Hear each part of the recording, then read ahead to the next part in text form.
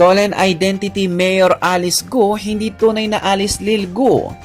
Tila mas dumami pa ang katanungan ni Senator Riza Hontiveros nang mapasakamay niya ang dokumento mula sa National Bureau of Investigation na may isa pang babae ang may pangalang Alice Lil Go.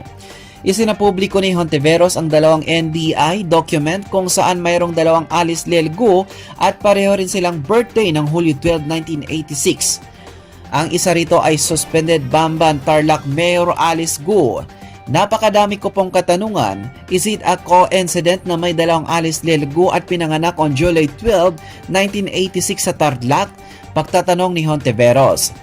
Is it a coincidence that this NBI clearance was applied for just a few days before the date of filing of the delay registration of birth of the other Alice Lil Go in Tarlac City? Or is this a case of stolen identity? Has Go assumed the identity of Filipino woman and then nearly a decade later ran for public office?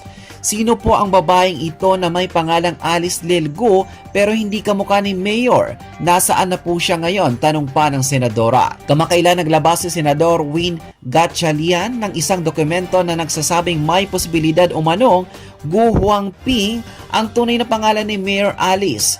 Alice Go might be Go Huangping, who entered the Philippines on January 12, 2003 when she was 13 years old.